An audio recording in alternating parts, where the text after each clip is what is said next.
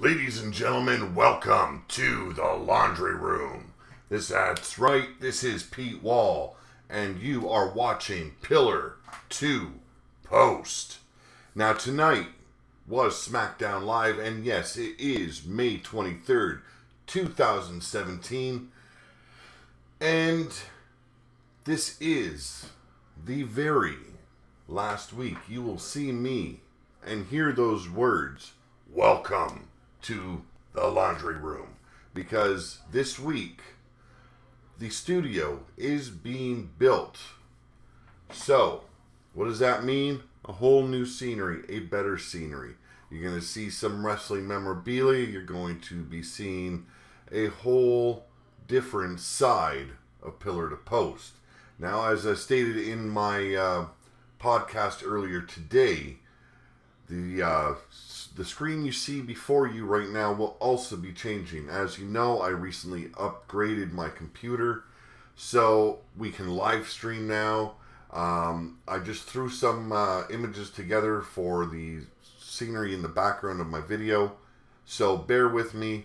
It might not look the best, but I do thank you all for tuning in. Now, like I said, today was Smackdown Live. I wasn't too happy with the show, but before we get into the show, I want to give a shout out to my sponsor. Today's podcast is brought to you by Audible. Get a free audiobook download and 30-day free trial at www.audibletrial.com/pillar2post. Now, over 180,000 titles to choose from for your iPhone, Android, Kindle, or MP3 player. That means anywhere you go, you want to listen to someone read to you because you just don't have the time to actually read the book yourself. There you go. It's on audio, buddies. So take advantage of this offer. It doesn't just help the channel, it helps Audible, and you get something in return. Now, before we get going, I want to make sure that I share this link out to all those that need to be seeing it. And we're going to continue on with the show. I don't have help when it comes to producers and stuff when it comes to doing the show. So please bear with me for just a second. I'll try and keep talking. What the hell?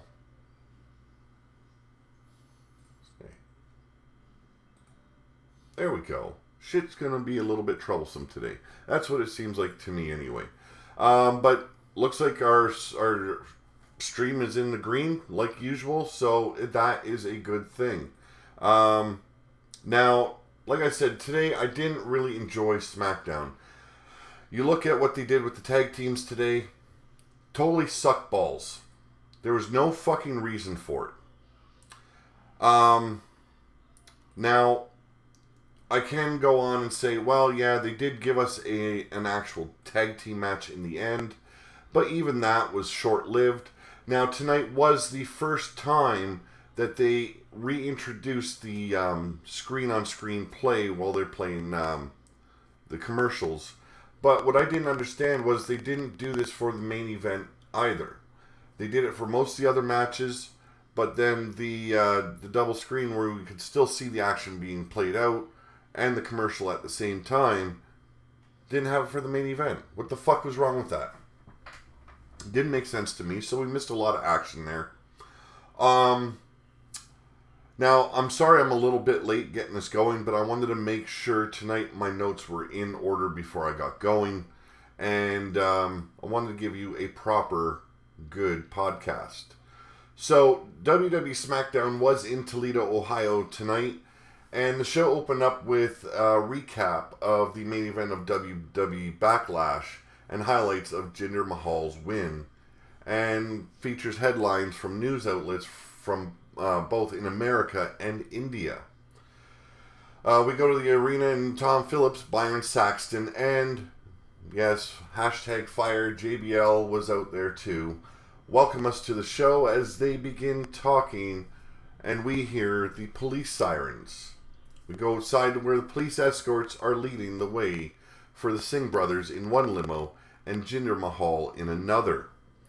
The brothers take an oriental rug out from the back of a vehicle and lay it down before Jinder gets out of the car. He places the WWE Championship on his shoulder and begins laughing for no apparent reason. Now, when they took out the carpet, the first thought in my mind was, he's going on a magic carpet ride, people.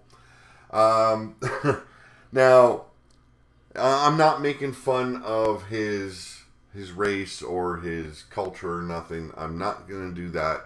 I am better than that. But when I see the rug being thrown out, laid out before him, it just brings me back to wanting to say, what? Are we going to be taking in a film of Aladdin and his magic carpet? Give me a little break here. You know? I really didn't understand the whole laughing bit when he stepped out of the car. Really did not. It didn't make sense to me. There was nothing to laugh about. There's nothing funny. And clearly it was videotaped earlier in the day because there was still a lot of light outside. Now we head back inside and Shane McMahon's music hits and a Money in the Bank briefcase is clearly hung above the ring. He talks about history being made with Jinder Mahal's win on Sunday. He's here to talk about the next pay-per-view though, and at the Money in the Bank, Randy Orton will use his rematch clause in a title match against Jinder Mahal. Seems like these rematch clauses are only in effect if, you know, they want it to be. It really pisses me off. I really don't want to see another Randy Orton Jinder Mahal match.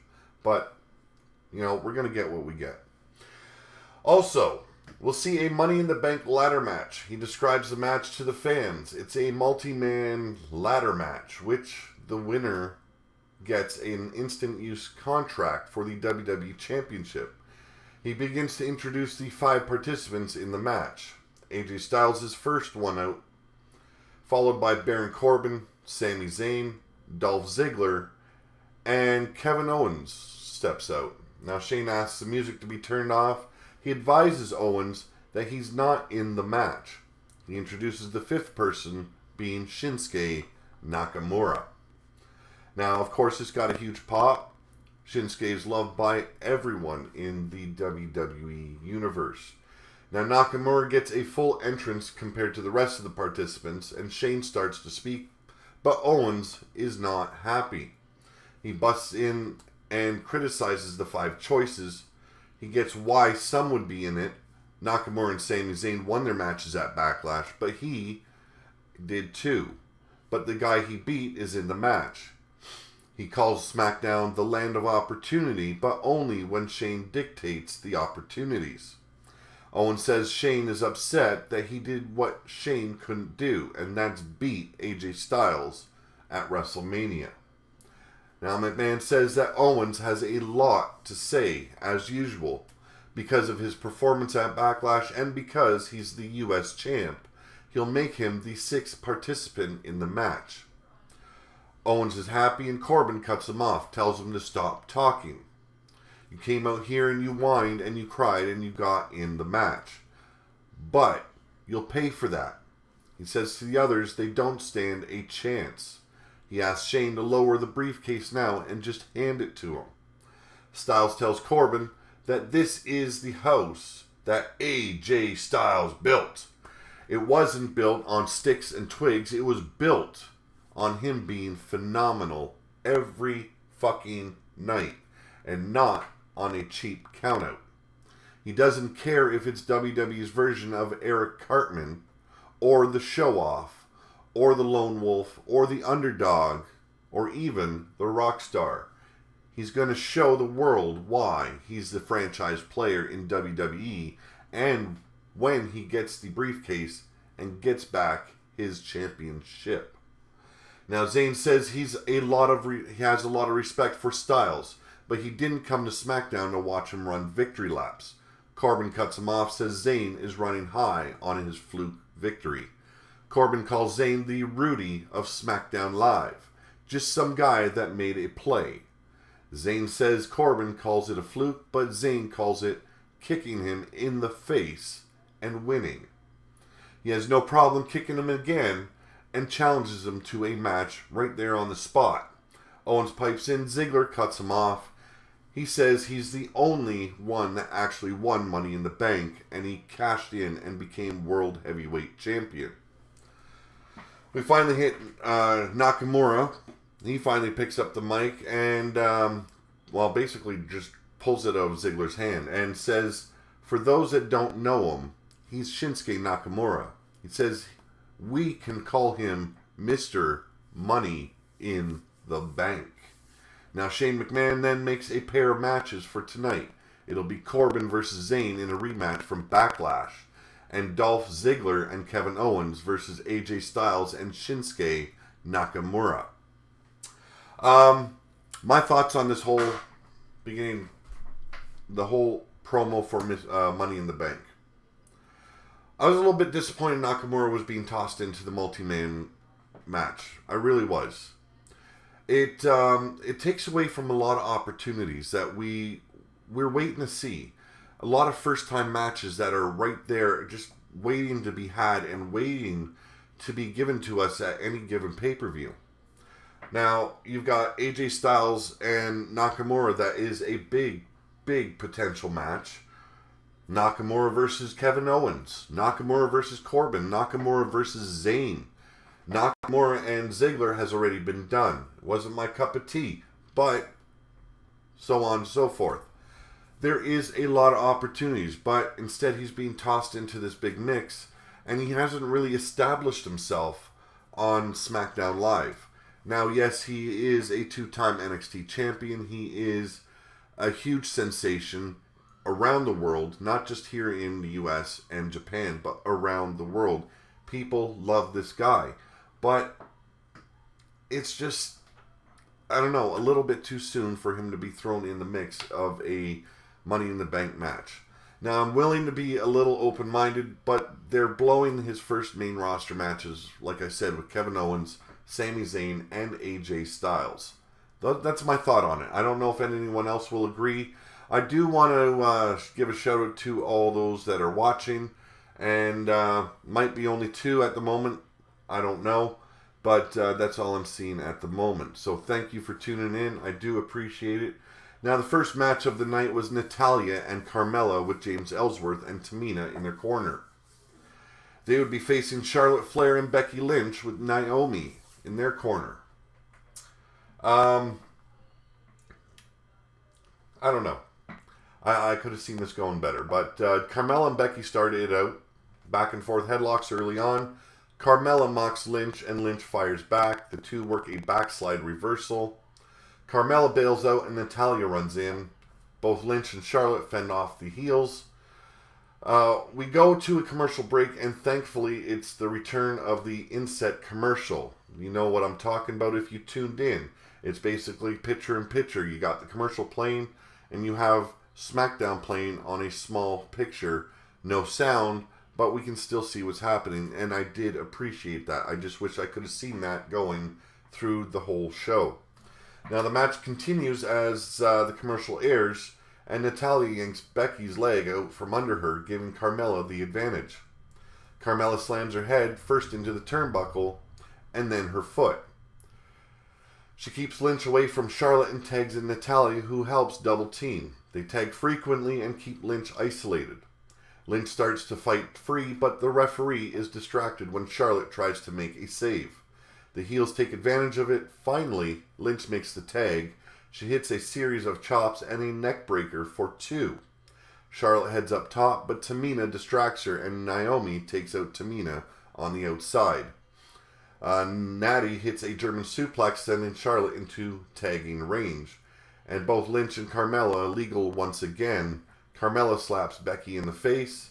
Lynch goes for the disarmor, and Ellsworth hops up on the apron to help. But Naomi kicks his hand away. Carmella taps out, and your winners, Becky Lynch and Charlotte Flair. Now, to me, this was just a slight variation of what we saw at Backlash. Nothing fancy. It was fine for what it was. It wasn't anything that was going to make anyone pop or get up on their feet. An average match. You know, I'm waiting to see them actually utilize these women correctly. So far, we're not seeing that. This is the match I actually kind of called for at Backlash. It should have been Becky Lynch and Charlotte Flair tagging up to face Tamina and Carmella.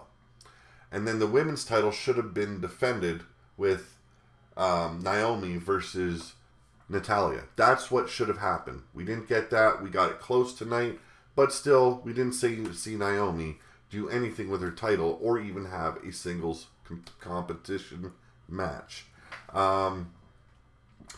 Moving on. Baron Corbin versus Sami Zayn. If you were looking for what we got at Backlash, you are sorely mistaken. This match was all to build up to what happened after the match. But before we get going, I'm going to take a little sip here of my coffee and we'll get right into it because there isn't fucking much. Now, Lockup starts it out. Corbin tosses Zayn across the ring basically like a rag doll. Zayn rolls Corbin out of nowhere and gets the sudden win in basically a schoolboy roll-up. Sami Zayn is your winner. Lasted all of maybe a minute and a half, maybe not even that. After the match, though, Corbin, clearly pissed off, he immediately goes on the attack, attacks Zayn from behind, and stomps him down into the mud and the dirt of the arena, which, yes, there's no mud, but I'm just being a little bit dramatic. He tosses Sami Zayn outside of the ring and over the timekeeper's area. He hits Zayn with a chair across the back and continues the assault into the corner, the crowd, not the corner. He picks Zayn up on his shoulder and drops him across a barricade near the production crew. And he beats Zayn some more and walks away after the refs finally get him to leave back. Now, when we come back from commercial, we see the medics putting him up on a stretcher and carrying Sami Zayn away. The attack, we got more in the attack after the match than we actually did within the match. Like I said, maybe a minute long. Maybe. I wasn't happy about that. They could have still had a decent match and still had the attack afterwards. It's good that they're letting Sami Zayn get some wins in, but if he's going to constantly get beaten down like this after the matches, it still doesn't make him look any better. Now backstage, AJ Styles welcomes Shinsuke Nakamura to SmackDown Live. He talks about the battles they've had in Japan and says they've earned each other's respect. Now tonight, for the first time ever, they're going to be a tag team. Styles admits to learning a few things from Nakamura, but he asks him to follow his lead tonight. Nakamura agrees, saying tonight they're a tag team, but at Money in the Bank, he's going to get the briefcase and turn AJ Styles' house into his playground. I'm still getting used to Nakamura. He isn't the greatest talker. Now, if he was heel, I could see him having a manager. I really do, and could have a proper mouthpiece. Now, I'm hoping he is trying to learn better English so he can cut better promos, and we get something more out of him. But it is what it is right now. He's thought more about what he does in the ring and his entrance, not what he says. So I can see how people enjoy what he does, but I would like a decent promo from a wrestler that's going to actually grab a mic. Other than that, though, I'm a big Shinsuke fan. I have nothing wrong against him. Now, the announcers queue up that what might be the final Fashion Files, which I thought, oh, thank God, finally. But no, we see Shane McMahon's office decked out in post-it notes and a pushboard. Now, Fandango walks in and says they were asked to come there. He asks them if he shaved his mustache. Shane says he's never had a mustache and never asked them to come there. Fandango says he knows Shane asked them there to turn their badges in. Shane reminds them they aren't real cops. Breeze asks if he wants their guns too, and Shane gets worried. They hand over water pistols, and he's told they're loaded. They start taking things out of boxes, and Breeze starts to take off his uniform. Shane stops them and tells them they're showing a whole new side. He pairs them off in singles matches against the Usos. BREEZANGO are excited to be back on the case. They take their stuff and make their leave. If you've listened to the podcast, you know my thoughts on the whole gimmicky comedy routine that these guys are doing. BREEZANGO, I hate that name. Why not just call them the Fashion Police? That's number one. Two, you've got Tyler Breeze, who is an excellent competitor in the ring. You have Fandango, who is also an excellent draw in that ring. And you put them together, you have a pretty damn good team. But then you go turn around and wreck them by giving them a comedy routine that, to me, I haven't laughed once. I haven't even cracked a smile watching this bullshit. And I'm supposed to get off on this. I'm sorry, no. I want to see them compete like I know they can compete. You look at what Fandango did when he first came into WWE. He took out Chris Jericho his first match in. That was his debut. BREEZANGO, look at what he was doing in NXT. Look at what he did when he first came in to WWE, the main roster. He was on fire, but quickly it faded. Now they're stuck in a comedy routine that I just can't get into. I really can't. I want to see more of this. I want to see more of them being competitors, not more of what we see that they're giving us. Now in the arena, up next, the crew is decorating the ring for Jinder Mahal's celebration. We come back from commercial and the Punjabi Championship celebration is about to begin. There's drums and singing and a group of men and women dancing. As far as I can tell, WWE hired a group that does this professionally. Obviously, that's the way they would go. They'd look pretty stupid if they did otherwise. Now, everyone is in time with each other. At least, that's good. Whether it's culturally accurate, I can't say. The Singh brothers walk out first. They seem pleased. Then WWE Champion Jinder Mahal is finally introduced. Mahal walks out in a suit and tie, championship over his shoulder. The crowd boos like we want them to. And he milks it as the dance troupe surrounds the ring. He says we can shower him with hatred, but 1.3 billion in India are celebrating the fact that he is the WWE champion.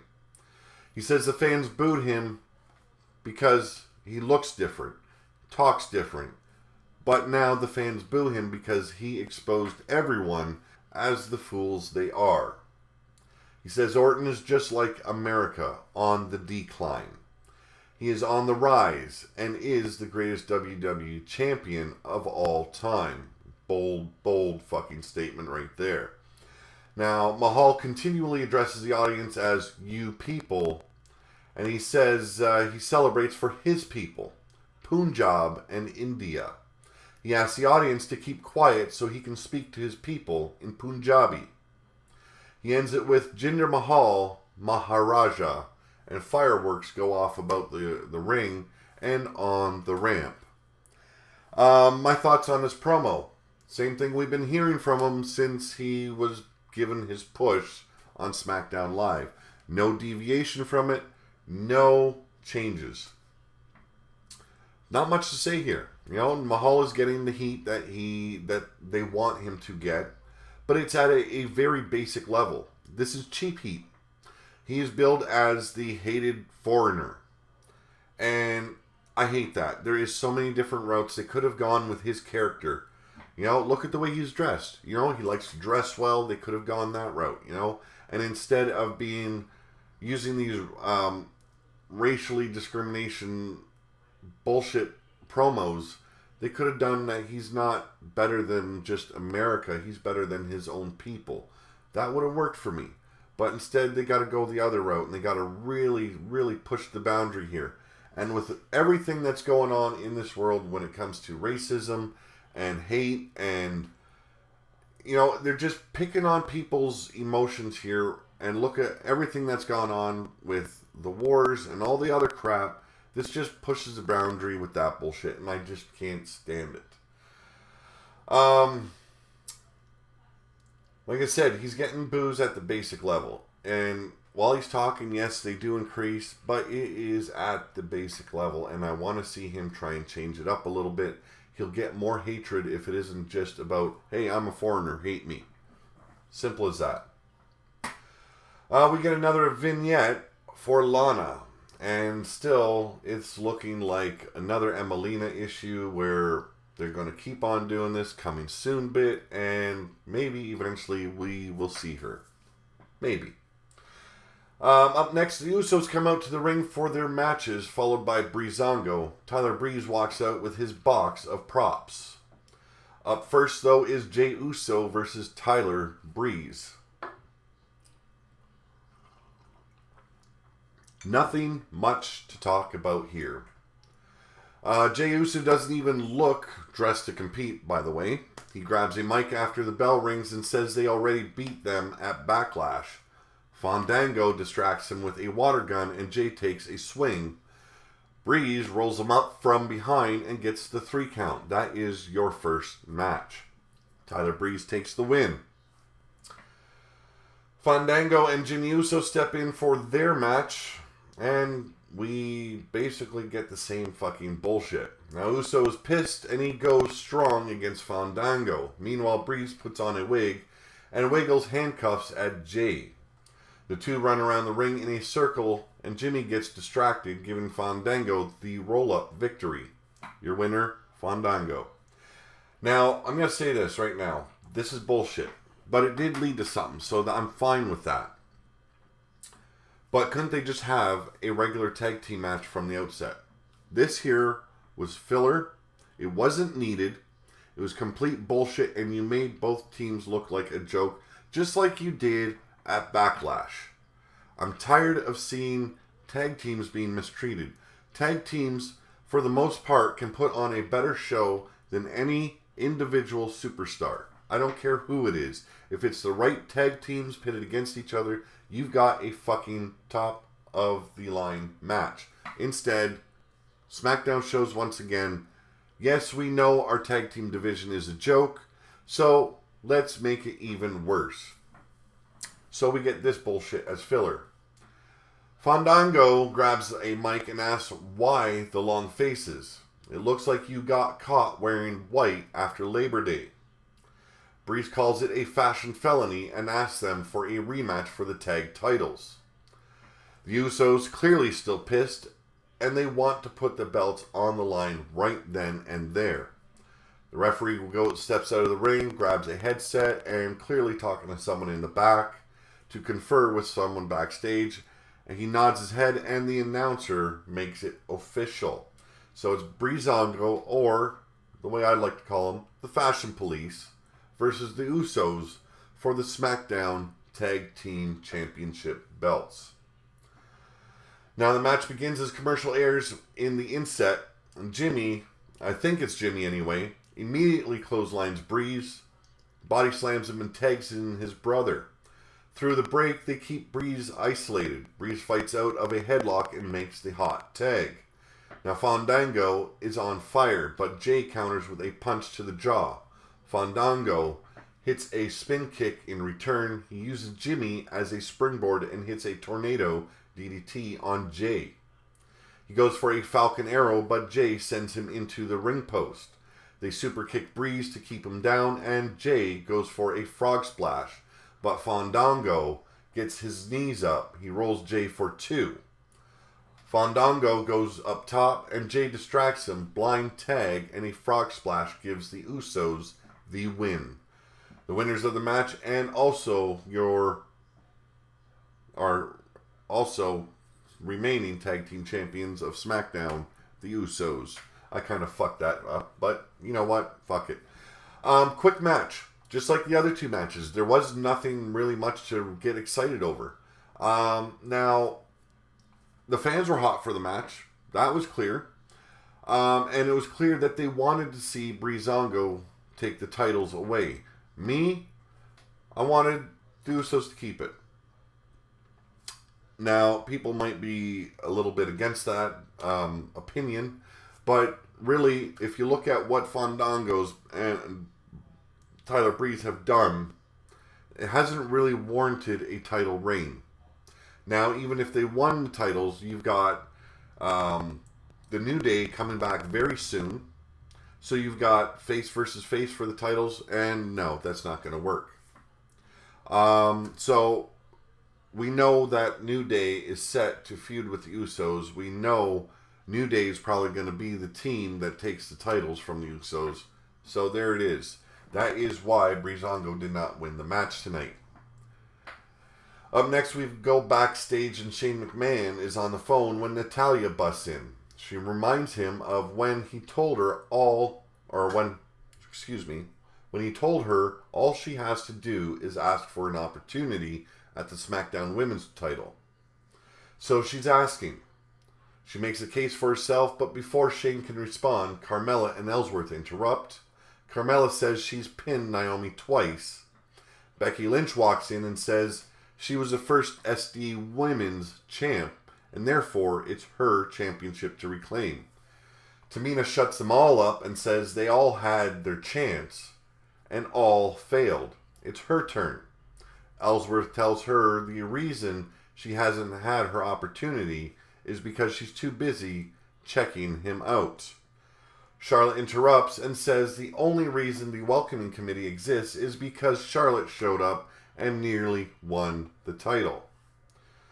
Now, Shane, clearly getting tired of all the bickering, decides that next week there will be a fatal 4-way elimination match. The winner will face Naomi at Money in the Bank. My thoughts on this whole little backstage bickering fest. Tamina should have knocked out Ellsworth. That would have said loads. Would have said loads. It would have been a perfect spot to put her over. Not just with the fans, but as a badass bitch that she can be. That was wasted. It would have split up the welcoming committee, which would have been a good thing. That was wasted. We had Charlotte talk. Actually, she didn't sound quite as robotic as usual, but then she didn't get much to say, so that's a good thing. But we see another match next week with the women's roster just clusterfuck together, do a match, and it's going to be quick. You know it. It's an elimination match, so they're going to go bang, bang, bang, straight through it all. It's done. And we'll see who walks out with their title shot. But there's good opportunities here that they could have used to really put some of these women over. Didn't take that chance. Finally, the main event of the evening. AJ Styles and Shinsuke Nakamura versus Dolph Ziggler and Kevin Owens. Now, this is the end of the show. Sorry, people, but I am going to light a cigarette. Now, Styles and Ziggler start off. Styles cinches in a headlock on Ziggler. Ziggler cinches one of his own in. The two trade off blows, and then Styles tags in Nakamura. Owens tags in. They go at it until Nakamura sets up a Kinshasa, but Owens bails out of the ring in time for the commercial. Now, this is the match I was talking about. They were utilizing the picture-in-picture frame for the other matches that they needed it for, but for the main event, they left that all out. That pissed me off. It's a new format. You should have used it for the main event as well. That would have made your fans and your viewers a lot happier. They wouldn't have missed out on any action. Now we come back from the break, and Nakamura is playing mind games with Owens. He drops a knee and stomps Owens in the corner. Begins gyrating. Owens hangs Nakamura up on the top rope to regain control. Tag to Ziggler, who grinds Nakamura's face into the top rope. Now Ziggler keeps Nakamura grounded, locking in a sleeper. He tags in Owens while keeping Nakamura grounded. Owens stomps in the corner. Nakamura, I should say. I just went and put knock just to make my writing a little bit quicker. And for the most part, this match at the outset is Chinlock City. That's all we get at the top of this match. Now, Ziggler is legal once again. Nakamura goes for a tag, but Ziggler slams him into their corner and tags in Owens. Let me have a little pause here. My wife wants to refill my coffee. I thought you'd be done. Can I have 2 sugars, please? Like I said, she's elusive. She's always there, but you'll never see her face most of the time.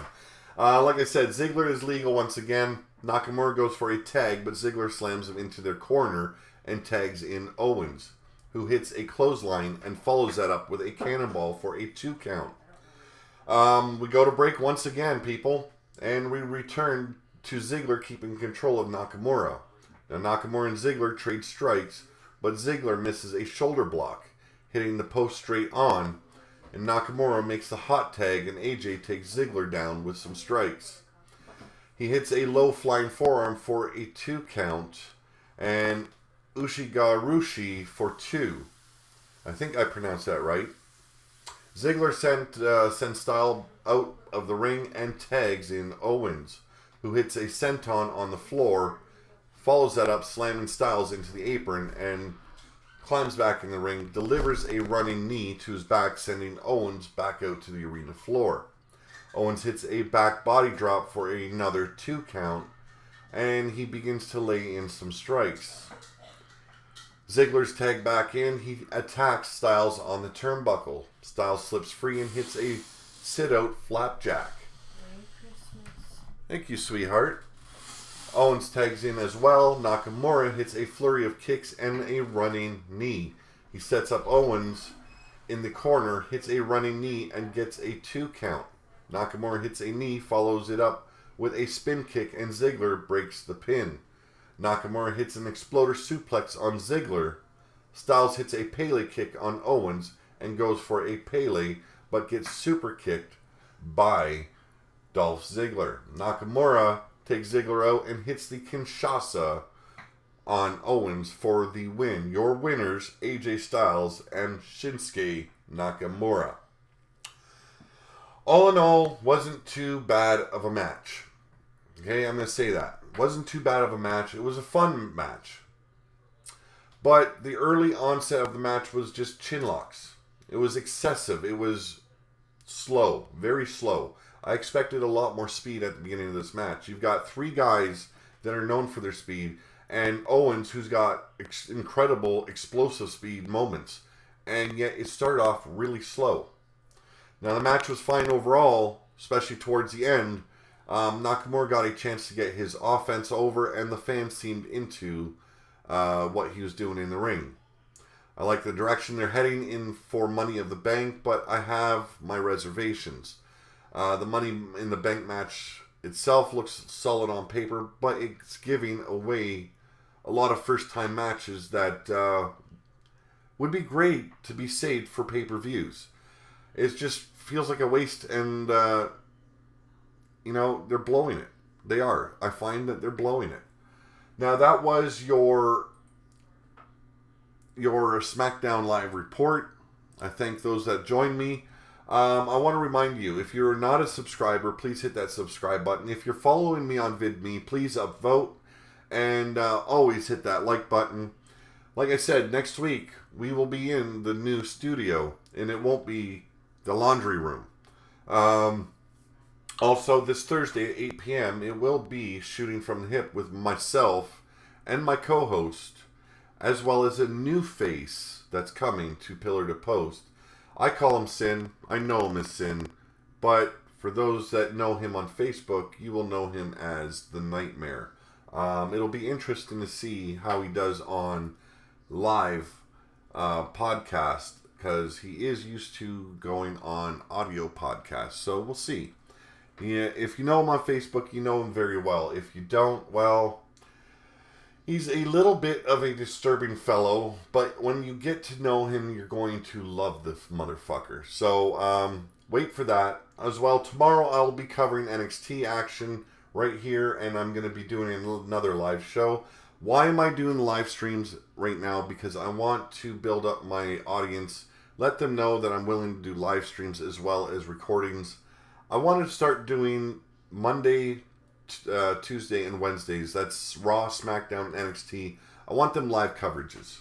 I want to get people used to watching me live. That's why I'm doing that. Thursdays, Fridays, Saturdays, and Sundays, those will be recordings. And I will be uploading those. And I'm going to try and do it by 1, 2 in the afternoon. But life can throw hooks and changes around at me, so I'll try and have them pre-recorded and uploaded at a certain time. If it doesn't happen, I do apologize. Like I said, thank you for joining me. To those that watch live, if you didn't watch live, if you're following afterwards, please do, like I said, hit that subscribe button. Take advantage of audibletrial.com/pillar to post, because you're getting something for free. You're helping me and you're helping Audible. Have a good night, everyone. This was Pete Wall, and you were watching Pillar to Post.